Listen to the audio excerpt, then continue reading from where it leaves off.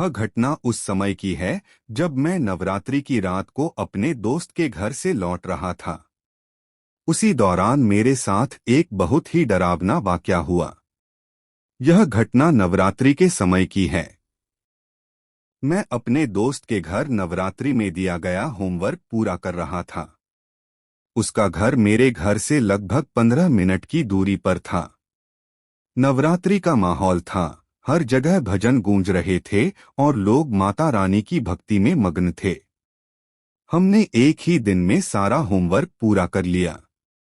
जब होमवर्क खत्म हुआ तब रात के 11 बज रहे थे। मुझे इस बात से कोई फर्क नहीं पड़ता था, क्योंकि पहले भी मैं इतनी देर तक उसके साथ रुका था, लेकिन हर बार उसके घर पर ही रात बिताता था। लेकिन आज मुझे घर जाना था, तो मैंने अपना सामान उठाया और उसे बाय कहकर घर के लिए निकल पड़ा। रात काफी हो गई थी, इसलिए आसपास सन्नाटा था। पर मुझे इससे फर्क नहीं पड़ रहा था और मैं अपने घर की ओर बढ़ रहा था। तब मेरे सामने दो रास्ते आए। दोनों मेरे घर की ओर जाते थे। एक थोड़ा लंबा था और दूसरा एक गली के रास्ते से होकर जाता था। जल्दी पहुंचने के लिए मैंने गली का रास्ता चुना। वह एक सुनसान गली थी, जिसमें लोग रात तो क्या, सुबह भी मुश्किल से जाते थे। लेकिन वह रास्ता छोटा था, इसलिए मैंने वही चुना।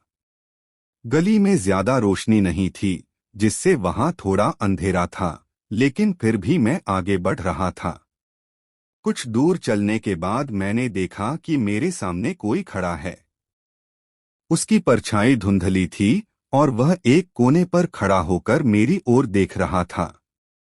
वह जो भी था, काफी लंबा था और उसके सिर पर दो बड़े सींग नजर आ रहे थे।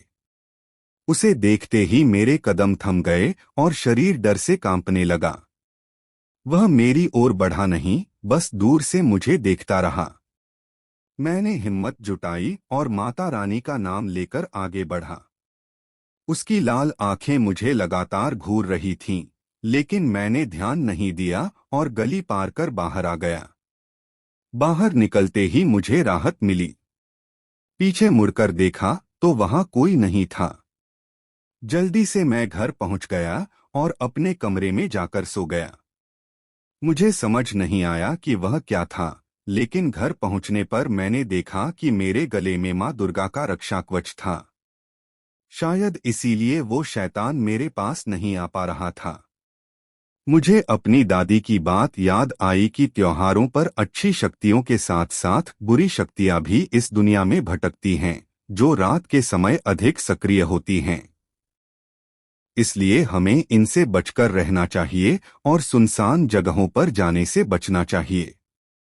यह बात मैंने अपने घर में किसी को भी नहीं बताई, क्योंकि मैं नहीं चाहता कि सब मेरी वजह से चिंता करे। तो दोस्तों, यह थी नवरात्रि के समय की मेरी कहानी। आपकी प्रतिक्रिया का इंतजार रहेगा।